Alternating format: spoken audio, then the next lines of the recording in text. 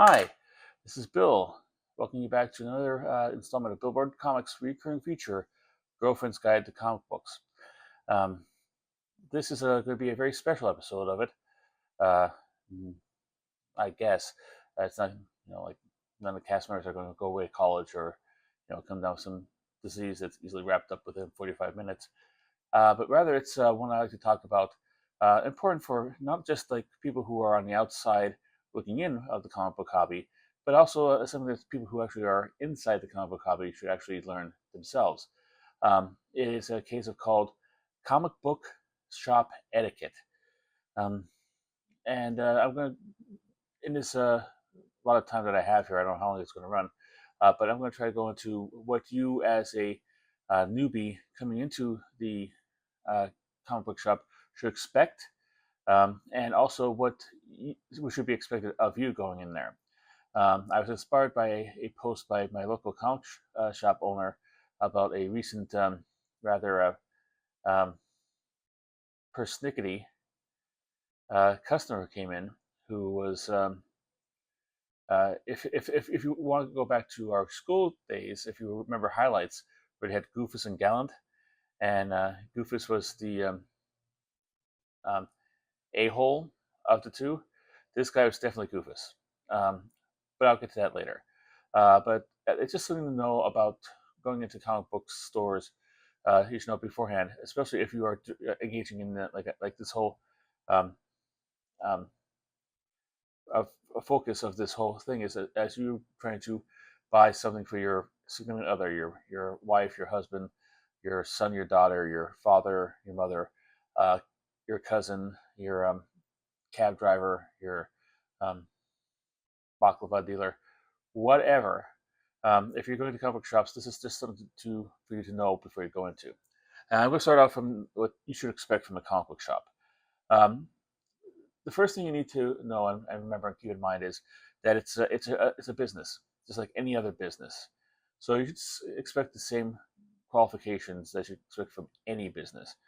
Um, Now, the comic book shops do not exist in this special universe of themselves. They're in the business to make money and to sell product, and deal with customers and provide customer service.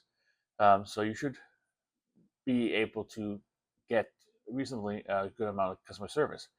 I have lucked out that 90% of the comic book shops I've been into have been exemplary in customer service. So you don't shouldn't worry about that. But then again, the power is in your hands. Um, what you should expect basically is that the store is clean and well lit and well organized. I do have a caveat about that. A lot of times, comic book stores get collections in on the whim. Some people drop off stuff, and you might see stacks of comic books in the middle of the floor. Uh, don't hold that against any particular comic book shop. That might be just a temporary situation. Uh, but if you see like stacks and stacks and stacks on top of your back issues, and you can't even look through the back issue bins because there's other comic books on top of it, and the guy has to make a size and as he moves it out of the way for you, like it's a bother to him to sell you his comic books, then you might have a problem with that. But nonetheless, like even in cases like that, I've been through like a lot of cases at comic book stores that look like that, and they're really good experiences in good places. But that's what you should expect. You should also expect like helpful, friendly help behind the desk.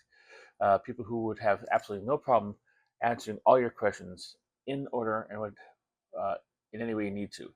You should not be afraid to go up to people and say like asking about like my my girlfriend likes Strangers in Paradise. Do you have any of the trade paperbacks? You should not have to go through like hoops just to get their attention or have them talk to you. You should not have to fight through a crowd of comic book fans discussing the latest issue of Fantastic Four and how they've stopped drawing Sue Storm's breasts as big as they used to. Um, this is just common sense. But if there's anything in there about the comic book store that you do not like, that whether it be like they have a Harris Waltz sticker on the register, or they have their guys wearing a Make America Great hat, either one, it's your money. You don't have to stay there. if you're not getting a good experience from it, if they're trying to upsell you and stuff, that and you could tell when people, yeah, I've had that happen to me. It's just like I'm there just browsing to see what they have, and they're trying to sell me a Trouble miniseries from about 20 years ago, and I'm like, dude, I have it already, and he wasn't taking no for an answer, and I'm like, you know, kind of made the experience really bad. You don't have to put up with that. You're there to spend money. You're there, and if don't be a Karen about it. But if like if something's not to your liking, you get a bad feeling, but by all means, take off, leave. You should not be in any places where you're going to be disrespected, harassed, or made to feel uncomfortable. Um, so, yes, but just basically like, try to look out those for your comic book stores. Like I said, I've had really good experiences. Two main places: IAC Comics in Harrison, New York, and Comics on the Green in Scranton, where Mark Hammond, who owns Yeah, and Dave Romeo, who owns Comics on the Green, are great with customer service and great people and great human beings, and they are willing to help people out wherever they can. So, and I'm sure there's a lot of comic book stores across the country are just like that.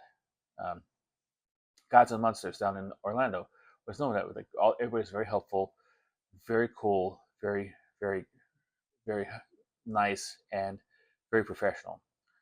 Um, so that's one thing about like like what you should expect as etiquette from the comic book shop. However, and this might be a little bit weighted on this side, is what you should expect going into a comic book shop, how you should behave, how you should recognize what's going on. Um, there it will be a number of uh, your comic shop, no matter where you're going, might have a number of rules. Usually they're listed or set up or like on little placards. Uh, Respect the rules. It's their house, um, and it's usually done within reason. I mean, and of course you have to do it logically. If like somebody says, all you know, women should only come in here wearing face paint that makes them look like Deadpool. Yeah, you don't take that too seriously. But if there's something like say, don't touch any of the books on the high shelves, ask for help. Don't touch anything on the high shelves, ask for help. It's there for a reason, because usually the books on the high shelves are um, the higher dollar books, and they'd rather not, you know, um, have any all the people handling it. And some comic book stores might have a rule, so they say that all bags must be checked behind the front counter before you enter, um, especially backpacks and stuff like that. You might irk like that, especially if you have like say coming from school or class, and you're buying want to get a comic book for your girlfriend, you're just gonna go in, go out. You don't want to go through the trouble of dropping the stuff off, or you have one of those big old type like coach bags that are big enough to carry a horse in. Um, you might not be too willing to part with it and let it go there. But more often than not, the reason why the comic book stores instill this policy is because they had some theft at some point in the future, in the past actually, and they might have like had somebody come in with a backpack and load up a whole bunch of comic books in there, and they're trying to curtail that. Um, so just realize that they're not taking the stuff off you so they can route through it and steal all your gummy bears that you have in there.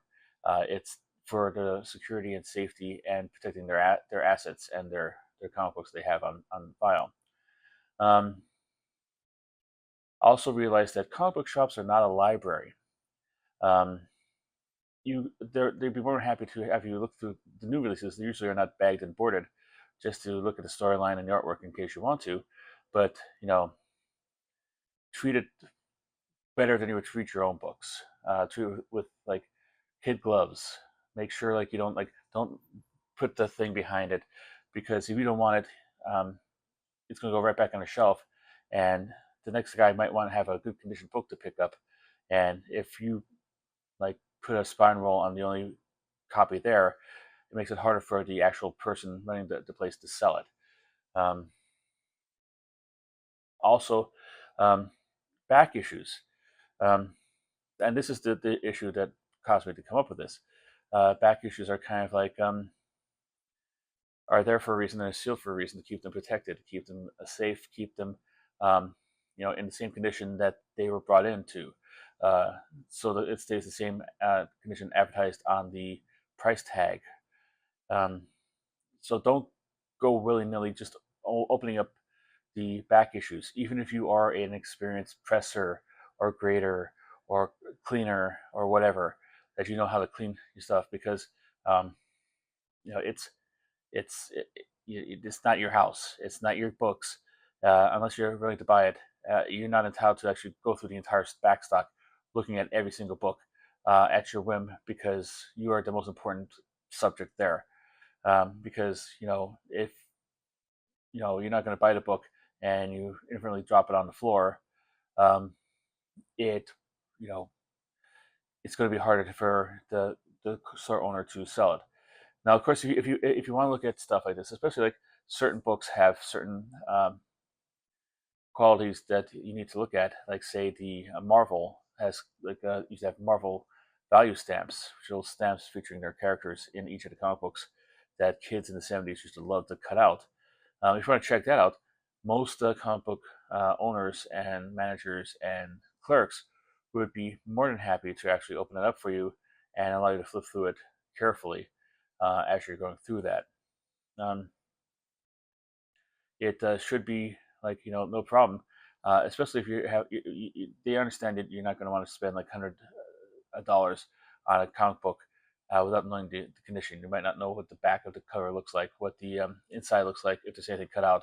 So they will let you look through it if you feel the need to, if you want to. Um, Another thing is, going to the comic book store, refrain from bringing food and drink into the comic book store. This should be kind of like pretty much easy, uh, common sense kind of thing to do. Um, Comic books are made of paper, water, and coffee and soda and ketchup and grease are the enemy of comic books. So do not bring anything to into contact. Even though you are really good with your coffee and you're not going to let it spill, you're not going to put down anything, you're not going to leave your hand in at all times. You're really good with your soda. Even though you see somebody like behind the counter drinking a soda or whatever, don't bring outside food or stuff in there, just to keep like the other comic books safe and the condition that they are supposed to be in. It's it should be that easy, you know. Um, and of course, always be polite. Uh, you know, be respectful. Um, also, like, this would help if you do due diligence. But if you're going into a comic book shop looking for Pokemon cards, a lot of them might have them. A lot of comic book stores are multitask, multi media extravaganzas. Um, some, like Newberry Comics, even though it has comics in the name, is mostly a record store. And they also have like the collectible card games and manga and T-shirts and whole stuff, and like the comic books are in a tiny section in the back. Um, but if do your due diligence, find out they sell those Pokemon cards before you come in. But if you go in and they don't sell it, don't go the whole route of like saying, "Oh, you should get role playing games in here. Oh, you should get you know collectible card games in here. You should get more action figures in here." Because they probably thought of all that suggestions that you taught them. They might have even tried them a little bit here and there, and it didn't work out for them.